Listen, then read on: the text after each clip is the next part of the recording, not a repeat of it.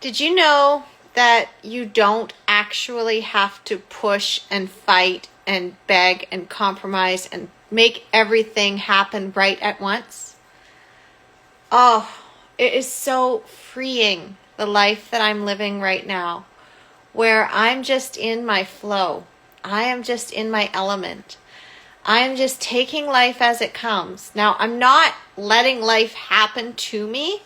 I'm letting life happen for me. So there's a difference. I do have intentions. I'm not sitting there going through life thinking, la la la, I have no idea where I'm going. I have no goals. I have no aspirations. No. I've got my aspirations. I've got my dreams. I've got my North Star in the sky of which I'm running towards. But at the same time, life is not linear.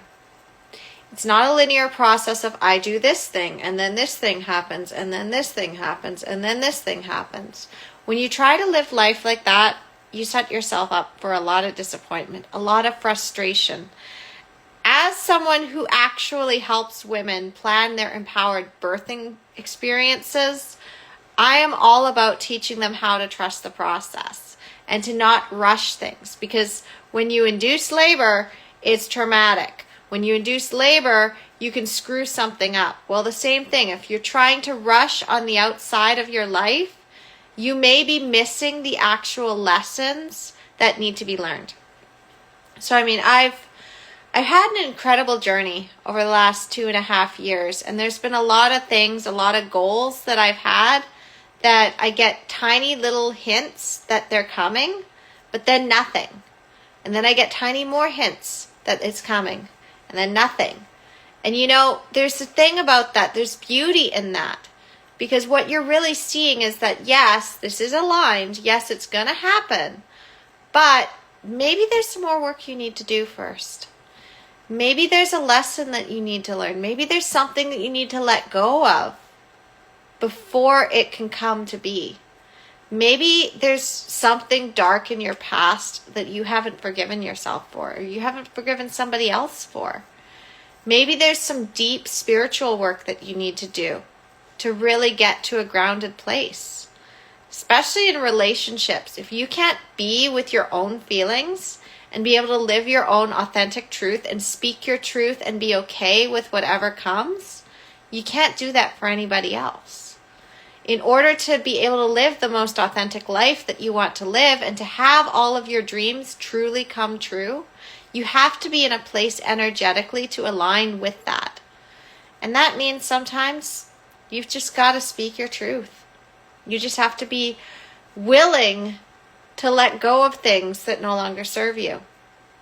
Even if it seems to be a relationship that you thought you would never be able to let go of, because, well, what does that mean if you let go of that relationship? Does it mean that you're any less of a person? Does it mean that you're no longer going to get love? Does it mean that nothing else is going to come to you?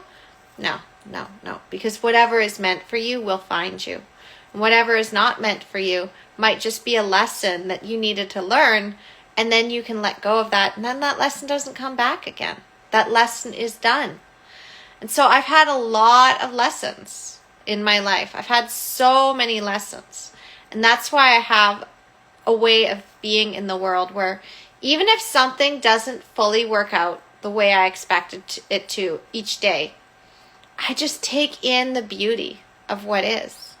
So yesterday I rushed off somewhere because I wanted something to happen, and I wanted it to happen now because I just couldn't wait anymore. But you can't really control all those things. And sometimes the timing, there's one more thing that I probably needed. And so instead, when it didn't happen the way I wanted it to, I took in what the day really meant for me. And the day was hearing a song from somebody playing a guitar on the beach, and his partner came up and sat with him, and I could hear that they had this beautiful connection. They'd found each other later in life. She'd already had a child with another man before, but he was really standing for her highest self. He was telling her what a great mother she was. You could tell that they were absolutely madly in love with each other, and it was truly authentic. It was beautiful, almost like the universe had put them together. And I just saw that, and I'm like, that's what I'm working towards. That's what's coming for me. And it's on its way. And I can just sit here and I can take this in and I can watch this as a vision of my future, of what I've got to look forward to. And then later, I was heading to the bus stop because, of course, I take transit to get down there. I'm not going to go and drive when, like, that. First of all, parking. No, thank you. No thank you to the parking and the traffic and all that. I'd rather sit on the SkyTrain and read and just talk to people and take everything in and just enjoy that commute rather than try to force it. So I was on my way to go home a little earlier than I wanted to. And all of a sudden I heard this beautiful, soulful rendition of Yellow from Coldplay. And I'm like, that's the second time today that I have heard that song. So I crossed the street. Yeah, I had somewhere I needed to be, but I'm like, you know what? This moment is happening now. And it's beautiful. And I want to experience it. So I crossed the street back over and I listened to them playing. They played Coldplay's Yellow. They segued into Snow Patrol's Chasing Cars. And then he's like, what's the request that you want? And I'm like, do you know Bryan Adams' song On a Day Like Today? And he's like, no, I don't have that one, but I do have a list. And then he was listing them and he mentioned Heaven. And I'm like, that one is the one I want to hear. And he started playing and I sang and I recorded it on my video because I just wanted to remember that moment. And it was beautiful. And that's the thing is that, yeah, my day didn't turn out exactly what I wanted it to be when I first intended to go down there. My day my day wasn't exactly the epic one that I wanted. And at the same time, it was beautiful. And so the thing is that in my industry, what I do is I help women who are able to trust the process in their birth experience. And you can see I've got my book behind me. You can always check it out on Amazon. It's just called Your Empowered Birth. But the thing is that when I'm telling them, it's like, look, you don't need to do all of the things to get into labor. You don't need to do all of the things to get your labor to progress. Just accept what is.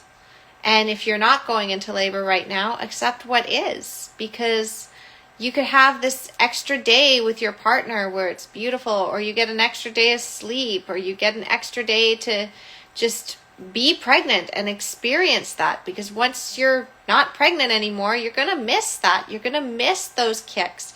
Yeah, I know it's annoying right now, but you're going to miss that. And, I miss it. I miss babies. My youngest is now in 2nd grade. My eldest is in 5th grade. They're not babies anymore. When my boy came home last night from his dad's and my little girl came home, they're big. My son just puts his arms around me. He's bigger than me. He just wraps me in his arms and he's like, hi, Mom. And it's cute, but at the same time, I don't have a baby anymore. I don't have that tiny little baby like I had before. And it goes by so fast. So instead of trying to force things on the outside, whether it's in your business, in your personal life, in your relationships, in having children, in getting your children to grow up, whatever it is that you're working on, experience today. Yeah, maybe something awesome is going to happen and it's going to work out.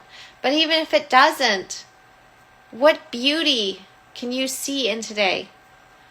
What amazing silver lining is there in a lesson that maybe was really hard for you to hear? Or something that didn't go right? Or somebody said something that made you feel contracted? What was the lesson that you picked up from it? Because when you start to see beauty in all aspects of your life, even when things aren't going right. It's easy to see beauty when things are going well, but when things aren't going right, what can you find from it? Almost 4 years ago, I had a house fire. And even as my house was burning down, I had something to be grateful for. Because when I was younger, much, much younger, when I was 11 years old, there was another house fire. It wasn't my house fire, but it was so deeply attached to me because the people in that house fire were deeply attached to me. And they did not have a very good outcome. With me, when I had my house fire, I got my babies out before the flames even hit. So nobody got hurt. Nobody got severely burned. Nobody died. No bad stuff happened. Yeah, my house burned down. Yeah, I've got books now that are like messed up. Like this one here. I mean, this one was in my house fire.